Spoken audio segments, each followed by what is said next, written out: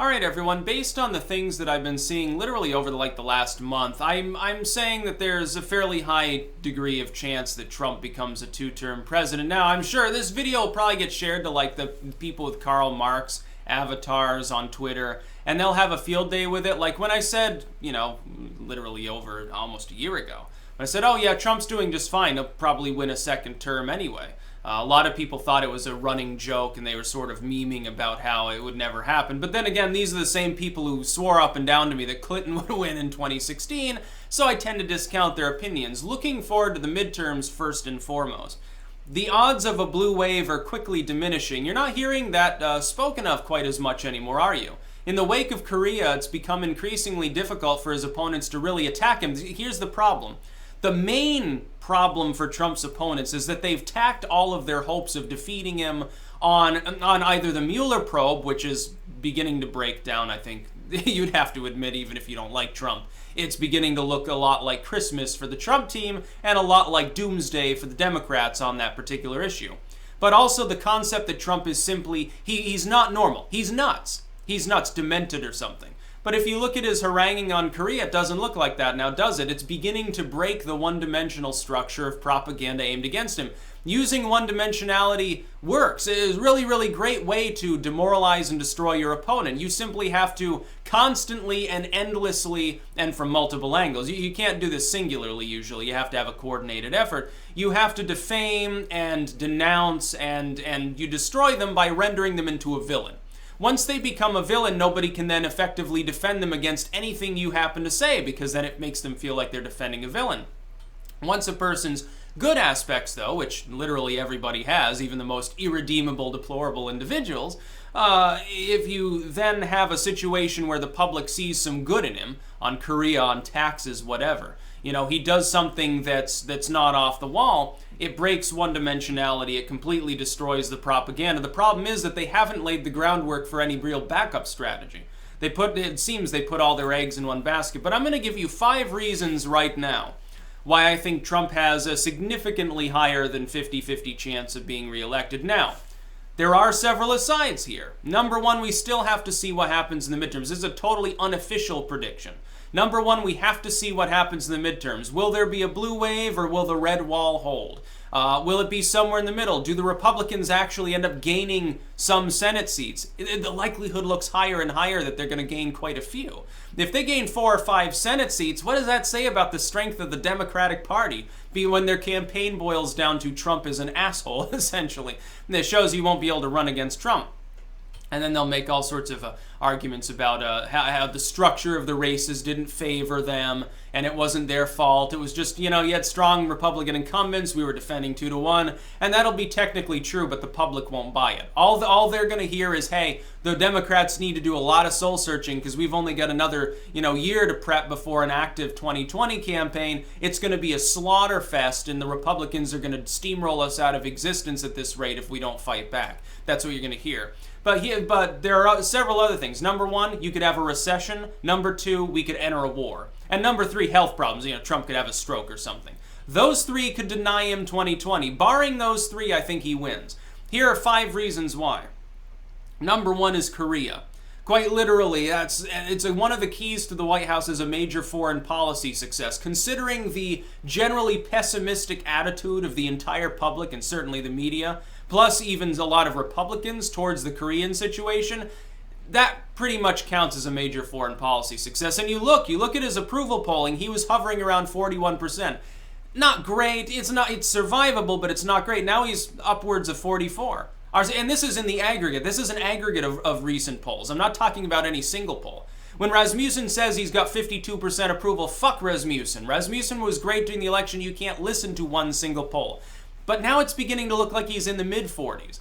What did I say prior, literally like a week or 2 ago? I said 45% approval is the sweet spot he needs to be at or above in order to really hold down the Democratic odds of a blue wave in the midterms. Now, this doesn't necessarily, do anything for 2020. His approval could be 20% by then because of a major scandal or some major national calamity. That's definitely true, but it could also go in the other direction. There's no reason to believe that it'll fall below that. That's probably his more realistic approval. A lot of people are making the same mistake that they made during the election. During the election, they said that Trump had a low ceiling. That is, that there was a fairly low level of approval he could ever possibly get, and this is why he loses the primaries. And then they took that argument, exported it to the general, and said, well, he can never have like more than 40% of the public back him, so Hillary wins by default. That wasn't true. Now they're saying the same thing. Oh, he can never crack like 45% or something. Usually they say he has a low ceiling. I think he has a high floor. I think that about a third of the public would follow him, march into graves for him at this point because of his particular charismatic persona. You say that that's horrible, tyrannical, and fascistic. I'm saying it's just the way he works. The way in which he structures what he says and does is simply charismatic. There is a portion of the U.S. public that probably will never be off the Trump train. Even if he were to get impeached and removed from office, if they found actual evidence of collusion or something, there would still be an element of the U.S. public who would assume it was a deep state coup anyway. I'm just telling you the truth here. I'm not saying I happen to believe this, but there are people that do. Politically active people that turn out at very, very high levels, it seems, which is another advantage he has. Number 2 is taxes and jobs. The new tax rates that are significantly lower, the Democrats briefly tried to make the argument that it was a bad idea. Oh, wow, did it backfire and fucking explode in their faces? And they decided they don't talk about taxes much. Nancy Pelosi now says, oh, yeah, we should have been aboard. It's not that bad. That's but looking forward into the future, you're going to have several tax seasons prior to 2020. In which people are going to pay substantially less. There won't be a mandate for those that are uninsured. Trust me, for me, that's a couple grand. That's great. Trust me, I'm very happy about Trump's tax plan. Several of the middle class brackets have gone down a few points. There are several other taxes and fees that no longer exist. People will save a very large amount of money. Also, he doubled the deduction. The people who are very poor, otherwise they might have to pay at least a little something. They're not going to pay anything. They get money back from the government. The doubling of the deduction means for someone, by the way, like me who's self-employed, I don't need to find thousands and thousands of dollars in justified expenses and tabulate 1,000 pieces of paper in order to get a lower tax threshold. I can just take the standard deduction now. Makes it a lot more simple, too. It's going to be a lot faster. I'm not going to have to sit there for an hour and a half doing my taxes at the office like I did for this last season, and I'm going to end up paying probably a little bit less despite probably making somewhat more. So taxes and jobs, unemployment just fell below 4%. That's a critical threshold. That I would say that economically speaking, that's almost a key to the White House in and of itself, because it's something we haven't seen since the early 2000s. We're talking, you have to go back to the end of the Clinton era to find an economy that's performing like this. That is good. It's also something the Democrats can't really counter against. What are they going to say? What are they going to run on? The tax cuts are bad. We want to charge you more money. Oh, that would be a wonderful idea. By the way, the deficit, nobody cares about it anymore. It's going to be a permanent deficit at this point. I don't agree with that. I think it's still a problem and we need to tackle it more seriously. I want a huge amount of spending cuts to go along with additional tax cuts. This is what I would do. I'd give people a second round of tax cuts and then I'd say, fuck regulations. 90% of them won't exist anymore. We just won't enforce them. I think that'd be the best thing for our economy, but Trump is doing a good job on that, all things considered. His approval on jobs and taxes is well above 50%. Democrats can't do anything about that. Number 3, no new wars. Actually, he appears to be ending one. As far as Syria, we're drawing things down there. That's good. Unfortunately, I would say this. Unfortunately, the American public has come to the conclusion that killing people with drones is not an act of war. Neither are targeted airstrikes. Now, I disagree with that. I think that is still war, but the American public doesn't see it that way. They've been, through propaganda, primed by the deep state to think that unless there are tens of thousands of troops on the ground, it's not a real war. It's just a little bit of a dust-up. Don't worry about it. We're just fighting, people who took up arms in some desert. You don't need to, Ma and Pa America don't have to feel guilty about the fact that their tax money is killing civilians. But as long as Trump doesn't start an invasion, as long as he doesn't decide to invade Syria or go across the DMZ, or he's like, we're going to move into Venezuela, that's definitely a positive thing for him. The American public is tired of at least the overt side, I think, of war, because we've had so many of these problems for literally the last 20 fucking years. Number 3, this is a big one, and this is one you never hear mentioned. The DNC is controlled by inept neoliberals. The problem is that the younger Democratic voters, the energized voters that you want to knock on people's doors and post up posters, they're not really with it. The millennials are starting to abandon the Democrats, down 7 points from election time. Approval for the Democratic Party. It was above 50%. Now it's lower than Trump's approval rating overall. The millennials have gotten upset with the neoliberals. Now, if you have a progressive revolt, then this wouldn't be a point that would matter. But right now, Tom Perez is the head of the DNC. Okay, enough said. He's inept. He doesn't know what he's doing. He doesn't know how to counter Donald Trump. Look, the Democrats are almost at this point, they've got so much malaise as a party, they're barely even talking about anything anymore. Like, when's the last time that the Democrats even did something newsworthy? Like Nancy Pelosi or Schumer do something. The last time it was when they were talking with Trump about his wall.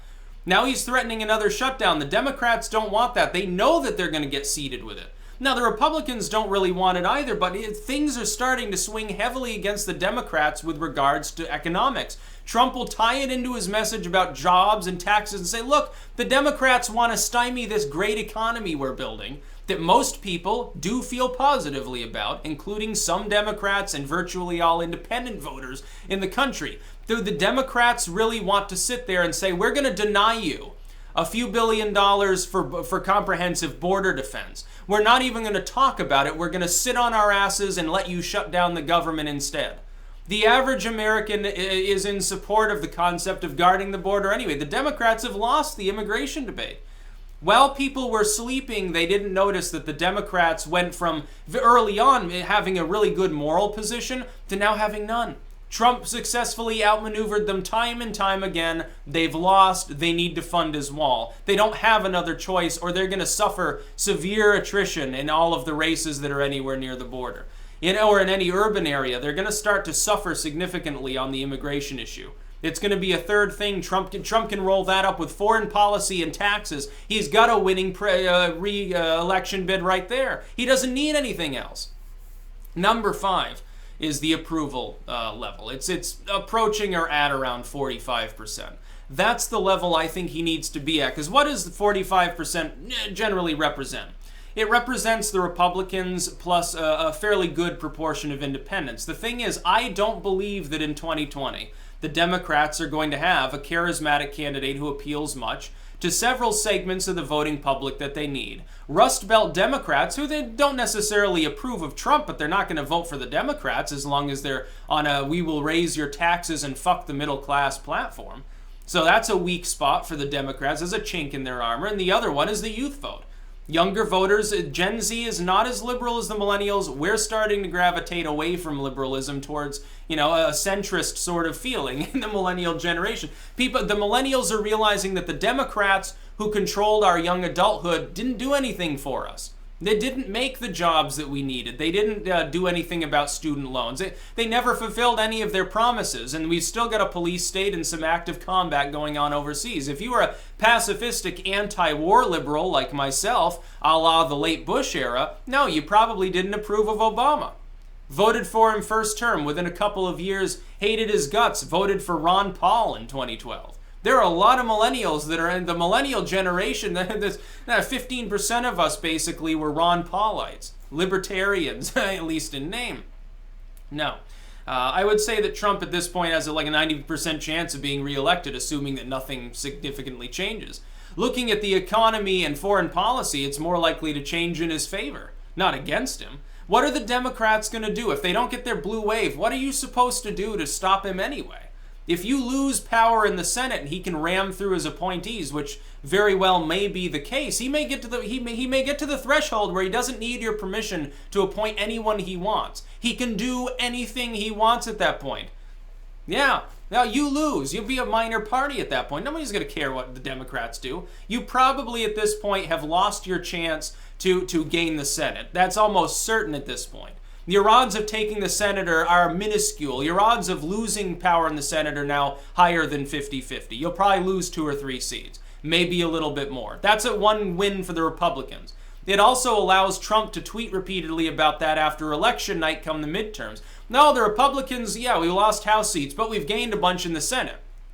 What happens if you don't really gain anything in the House? Gain 3 seats or something. What's that going to say about you as a party? You've cast off the President of the United States as Hitler, as being an irredeemable bigot. He is a sexist, a racist, a horrible, warmongering, despicable, insane human being. And yet he's winning. What does that say about you as a party? The youth is going to abandon you lock, stock, and barrel. They'll probably get back on the Trump train just to punish you. If the Democratic Party chooses a neoliberal, the youth will abandon the Democrats. You'll have a GOP or a third-party youth. Gen Z will end up, never being part of the, hey, being liberal is cool, man, smoke weed every day sort of thing. Probably, by the way, the best thing for this country. Then you have to deal with a right-wing authoritarianism like we did during the early Bush administration, maybe. But we'll see what happens. We've got to put the millennials failed. We didn't reform things the way we should have. So now we have to hope Gen Z does. Or maybe, what is it, Generation Alpha comes after them. Wait another 15, 20 years. Yeah, we'll see what happens. That's about all. Peace out.